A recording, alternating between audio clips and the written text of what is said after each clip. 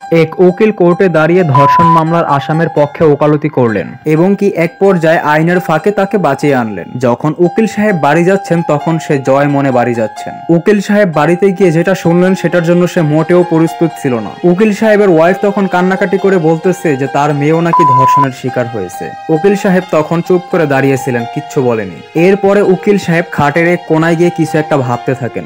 এই যে আমি আপনাকে বলছি, এই ভিডিওটা দেখে আপনি কি বুঝলেন? যে অন্যের পাশে দাঁড়াও তুমি, তোমার দৌড় গড়ায় সে কাল ফিরে আসবে।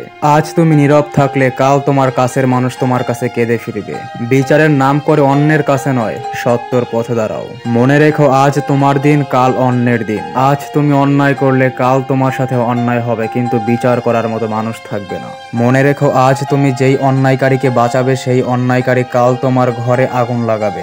অন্যায়কে অন্যায় বলার সাহস না থাকলে সেই অন্যায় তোমার ঘরে হবে। অন্যায়ের পাশে নয়, সত্যের পাশে দাঁড়াও বন্ধু। একদিন ন্যায় তোমার ঘরের দরজায় ফিরে আসবে।